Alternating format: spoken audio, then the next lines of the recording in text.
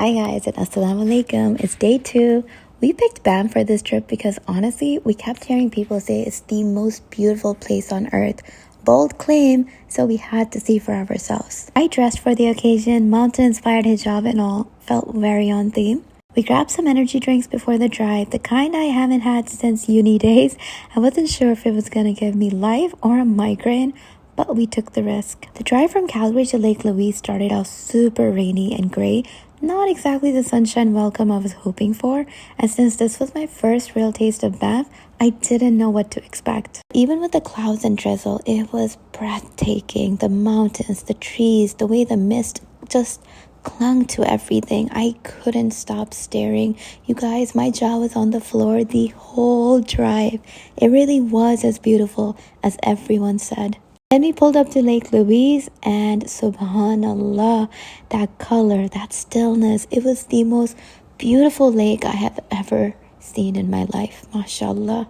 We were getting ready to hike up to the Lake Agnes Tea House. I've heard so much about this hike and I just had to try it. And let me just say, this was my first hike ever. I was nervous but super excited. Of course, my shoelaces kept untying every 5 steps. You guys, I do not know how to tie my shoelaces properly, and I to this day still can't tell my left to right, my right to left. It's like a constant struggle.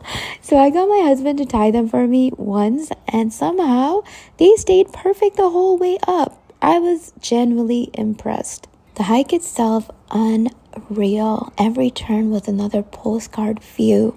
Turquoise water, endless trees, misty mountains, and since hardly anyone was around, I got to lift my wheel and hike even more comfortably, and I felt the air on my skin and it just felt magical. Every few steps I'd get more excited, just waiting for the next surprise view to pop up, and they kept popping up. We stopped at the tea house for a quick snack and their tuna sandwich to die for.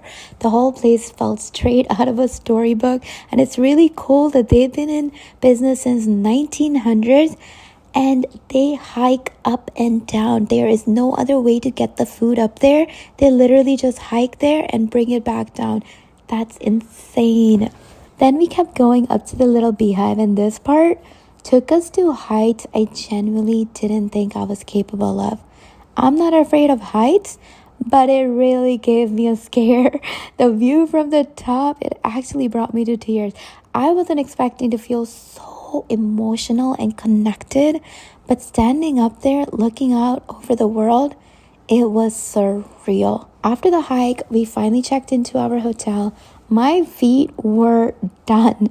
I had blisters on both sides and needed a bit of a break before heading out again. But the day still had more in store. The drive from Lake Louise to Banff was just as magical.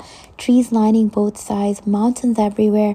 And then we spotted a double rainbow, like full arched, glowing in the sky. It was unreal. We stopped by Vermilion Lakes for sunset. It was cloudy and misty, so we couldn't see much. But even then, the view was still so beautiful. We ended the night trying something I've heard about for years, beaver tails. And yeah, I didn't like them at all. Sorry, Canada.